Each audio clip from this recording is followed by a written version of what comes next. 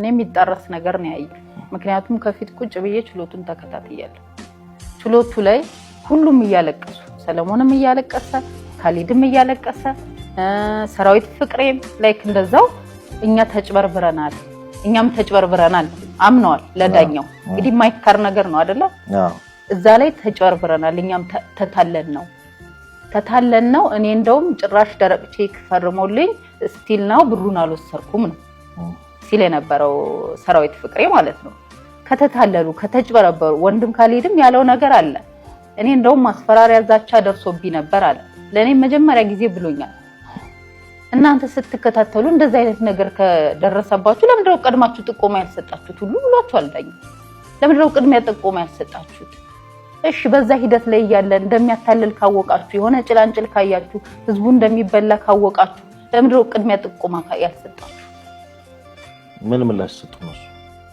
እኛማ ከዛሬ ነገ ይሻላል የሆነ ነገር ይመጣል እያልን ነው አጥጋቢ አይደለም ገብቷል እንደውም ጭራሽ እኔ በጣም ዲፕሊ ገብቼ በማይመለከተኝ ሁሉ ስጠይቅ አንተ አይመለከትህም የእርዳታ ድርጅት ነህ እርዱ ይብልሃል እርዳታህን ተሰጣሃል ብሎ ሁሉ ነው የመለሰልኝ አለ ካሊድ ስለዚህ ያንን ሲልህ አለው ፍርድ ቤቱም እኮ ያንን ሲልህና እንደሚያታልል እንደማያመጣ ስታቅ የሆነ ነገር ጥርጣሬው ሲኖሩ ለምን መታችሁ አልጠቆማችሁም ጥቆማ ለምን አላካሄዳችሁ አሁንም እኮ እኛ ተጭበረበርን አይደለ እነሱ አላወቁም አይደለ ያንን ፍርድ ቤት የሰጡትን ቃል እዚ ላይ ግረኛው ሚዲያ ላይም ደግሞ እኛም ተታለን ነው እውነት መስሎን መኪና ሲያመጣ ሲሰጥ አይተን ገባን ማስታወቂያውን ሰራ ከሆነ መጀመሪያውኑ ገና ስር ውስጥ ሳይገቡ በእኛ ምክንያት የተበተኑ ምን ይሆኑ እስኪ ሰብስበን እናነጋግራቸው ማላሉን ብንደውልም አያነሱ በስተት እንኳን አያነሱት እንኳን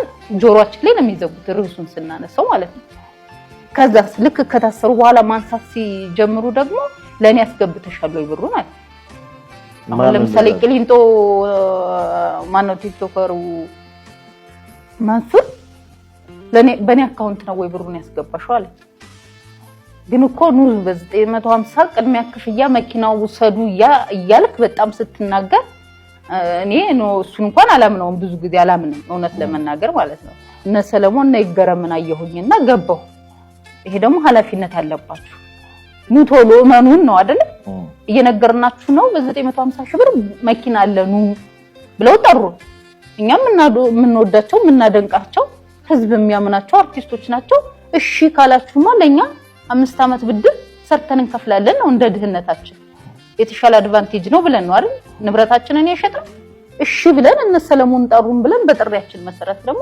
ንብረት እኔ መኪና ይሸጥኩ ሌላው ቤቱን ሸጠ ካዋጭ ተበደራለ ብዙ ጣጣ ውስጥ ይገባል ብለን ሄድ ይሄ ነገር በመሃል ደግሞ አልሆን ሲል ደግሞ እኛ ነን ይሄንን ነገር ያመጣ ነው እኔ እውነት ለመናገር ለመጀመሪያ ጊዜ ነው ማከላው ያየሁትኝ እንተና ዳንኤል ዮሐንስ ማን ነው ብትለኝ አላቀው ማስታወቂያ ሰርታችሁ በአባባሳችሁ ጉዳይ እናንተን ተመልክቶ ብር ሰጥቶ ብሩን በመበላቱ ምክንያት ተስፋ ቆርጦ ራሳቸውን ስላጠፉ ሰዎች ሕክምናው ገንዘብ መክፈል አቀቷቸው ዲያሊሲስ ማድረግ አቀቷቸው ልመና ያወጡት ሰዎች ምንድነው የሚሰማቸው እናንተ የሚሰማችሁ ሌላ ስሜት አለ ይሄንን ነው ሊሰማቸው ይችላል ግን የህግ ሰዓቱ እንደዛ ነው የሚሆነው በተጨማሪ ሰውዬ ምን ይላል ማስረጃና መረጃ ስለዚህ መኪናም ቢሆን እኮ እኛ ብር ተጠራቅሞ ነው ድርጅቱ ገዝቶ ይሰጣቸው ሰለሞን የሚነዳው መኪና የኔ መኪና ነው የኔ የልጆቼ ዳቦ ማበላበት ጉሮሮ የልጆችን ጉሮሮ ነው ወስዶ እሱ ሲነዳ የነበረው ምንም በቃ ሳይተርፈኝ ነው የሰጠኋቸው በ3 ወር ይደርሳል ብለውኝ ማለት ነው ከሞይ ጀመርሽው ከዘብሩን ከስኮስተርሽ ከአንድ አመት በኋላ ችሎቱ ላይ ሁሉም እያለቀሱ ሰለሞንም እያለቀሰ ካሊድም እያለቀሰ ሰራዊት ፍቅሬም ላይክ እንደዛው እኛ ተጭበርብረናል ስለዚህ አሁንም ቢሆን ለክብራቸው እንጂ የሚጨነቁ ለመኪናው ይበልጥ ደግሞ እኛ ምናምነው አርቲስቶች አሁን መኪኖቻችን ገብቷል። አዲስ አበባ ከስተመር እየጠበቀ ነው። እንግዲህ የእውነት በእውነት እያየናቸው ነው። እየተጫኑ ነው። መኪናም ቢሆን እኮ እኛ ብር ተጠራቅሞ ነው ድርጅቱ ገዝቶ የሰጣቸው። እኔ ሰለሞን የሚነዳው መኪና የኔ መኪና ነው። የኔ የልጆቼ ዳቦ ማበላበት ጉሮሮ የልጆችን ጉሮሮ ነው ወስዶ እሱ ሲነዳ የነበረው። ምንም በቃ ሳይተርፈኝ ነው የሰጠኋቸው። በ3 ወር ይደርሳል ብለውኝ ማለት ነው። ከምን ለክብራቸው እንጂ የሚጨነቁ። አዎ ሰዎች ገንዘባቸውን በመከራ በችግር በብዙ ውጣ ውረድ ምናምን ያጠራቀሟትን ወይም ደግሞ ከተለያየ ቦታ ያመጧትን ገንዘብ የሆነ ነገር አገኛለሁ ብለው ሰጥተዋል። ያ ነገር አልሆነም ወይ ደግሞ የሚሆነውን ወደፊት እናየዋለን። ምክንያቱም ወደፊት ሶሉሽን መቼም ይኖራል ብዬ ስለማስብ ማለት ነው። ይሄንን እናውቃለን። የተበደሉ ሰዎች እንዳሉ፣ ገንዘባቸውን ያጡ ሰዎች እንዳሉ እናውቃለን። ግን ደግሞ እኛም እውነት አለን። እውነታችንን ለማውራት ነው እንጂ የተበደሉትን ሰዎች ከሐሳቡ ቮይድ እያደረግን ራሳችንን ለማጽዳት አይደለም። ተመዝጋቢዎችም ተደጋግሞ ነገሩ ከመባሉ የተነሳ የሚመስለው ሁሉ ቀጥታ እንደው ብለኛ የከፈሉ እስኪመስል ድረስ ነው። አንዳንዴ ፍርድ ቤቶች አካባቢ ቤተሰቦችንም ማንጓጠጥ አንዳንድ ነገሮችም ነበሩ። ያው ሚዲያም ላይ ይባል ስለነበረ ከኛ ጋርም አንዳንዴ ትንሽ በተወሰነ መልኩ እንነጋገር ነበረ። መኪናም ቢሆን እኮ እኛ ብር ተጠራቅሞ ነው ድርጅቱ ገዝቶ የሰጣቸው። እኔ ሰለሞን የሚነዳው መኪና የኔ መኪና ነው። የኔ የልጆቼ ዳቦ ማበላበት ጉሮሮ የልጆችን ጉሮሮ ነው ወስዶ እሱ ሲነዳ የነበረው። ምንም በቃ ሳይተርፈኝ ነው የሰጠኋቸው። በ3 ወር ይደርሳል ብለውኝ ማለት ነው። ኬሞ የጀመርሽው ከዘብሩን ከወሰድሽ ከ1 ዓመት በኋላ ችሎቱ ላይ ሁሉም እያለቀሱ፣ ሰለሞንም እያለቀሰ፣ ካሊድም እያለቀሰ፣ ሰራዊት ፍቅሬም ላይክ እንደዛው እኛ ተጭበርብረናል። ስለዚህ አሁንም ቢሆን ለክብራቸው እንዲጨነቁ ከመኪናው ይበልጥ ደግሞ እኛ የምናምነው አርቲስቶች። አሁን መኪኖቻችን ገብቷል። አዲስ አበባ ከስተመር እየጠበቀ ነው። እንግዲህ የእውነት በእውነት እያየናቸው ነው። እየተጫኑ ነው መኪና። እንግዲህ ተከሶ የነበሩ አርቲስቶቻችን ያው ሲወጡ ያ በእግረኛ ሚዲያ ላይ የተናገሩትን ሰምታችኋል። እና እኛም ቪዲዮ መስራታችንን አንተውም። ይሄ ቪዲዮ ደግሞ በደንብ ውጤት እስኪያገኝ ድረስ እኛም ሌላ ቪዲዮ አንሰራም። ተበዳዮችም ወደ ሚዲያ እየመጣችሁ ነው።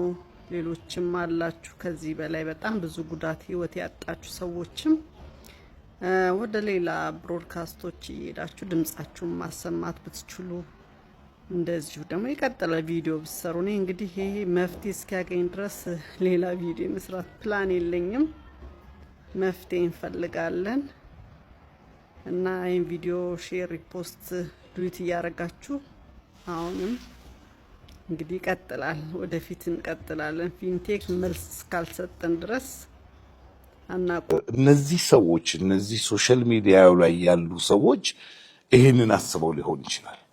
ምክንያቱም አይ ዶንት ኖ ሞቲቫቸው ምን እንደሆነ አላውቅም። ምናልባት እኛ ህብረተሰቡ ለኛ የሚሰጠው ግምት፣ ለኛ ያለው ነገር፣ እኛ የምንሰራው ስራ ወይ እነሱ የሚመኙት የነበረ ነገር ነው። እንግዲህ መቼም ሁሉም ሰው በደንብ ነው እኔ ደጋግሜ የሰማቸውና ምን ለማለት እንደፈለጉ ራሱ አልገባኝም። ሁሉም ይናገራሉ። ይቅርታ ለመጠየቅ ይሁን ወይ ደግሞ እልን የተጋቡት እኮ እነሱ እኮ እልን የተጋቡት። አሁን እነሱ እያሉ ያሉት የተበደለ ሰው የለም፣ የከፋው ሰው የለም በዚህ ጉዳይ ላይ ግን የእኛን ስም ሆን ብለው ለማጥፋት ነው እነዛ ሰዎች እኛን መሆን የሚፈልጉት ሰዎች አይነት ነገር ነው የሚለው እና ይህ በፍጹም ትክክል አይደለም። በቃ ጥፋት ጠፍቷል። ማንም ያጥፋው። ይቅርታ መጠየቅ ካለባችሁ ይቅርታ መጠየቅ፣ ካለበለዚያ ደግሞ አለመውጣት። በቃ አሁን እዚህ ጋር 1400 ምናምን ህዝብ ተቸግሮ በእናንተ ጉዳይ እንደገና እናንተ ምንም እንዳልተፈጠረ ጉዳዩን ወደ ሌላ ሰው እየገፋችሁት ነው ያላችሁትና ከቻላችሁ ተበዳዮችን ይቅርታ ጠይቃችሁ ህግ የሚወስነውን ውሳኔ መጠበቅ። ካለበለዚያ ግን ይሄ ካለ እውቀት የምታደርጉት ነገር እናንተንም ሊጎዳ ይችላል፣ ህዝብም እያስቀየማችሁ ነው ያላችሁት። ተመልሳችሁ እኮ ህዝብ መሃል ነው የምትገቡት እኮ፣ የትም አትሄዱ።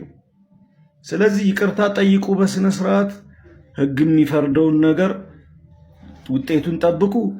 ከዛ ደግሞ ለተበዳዮች በአቅማችሁ ማድረግ ያለባችሁን፣ እናንተ አሁን ታዋቂ ሰዎች ናችሁ፣ ተጽዕኖ ፈጣሪዎች ናችሁ፣ ብዙ ነገር ማድረግ ትችላላችኋል።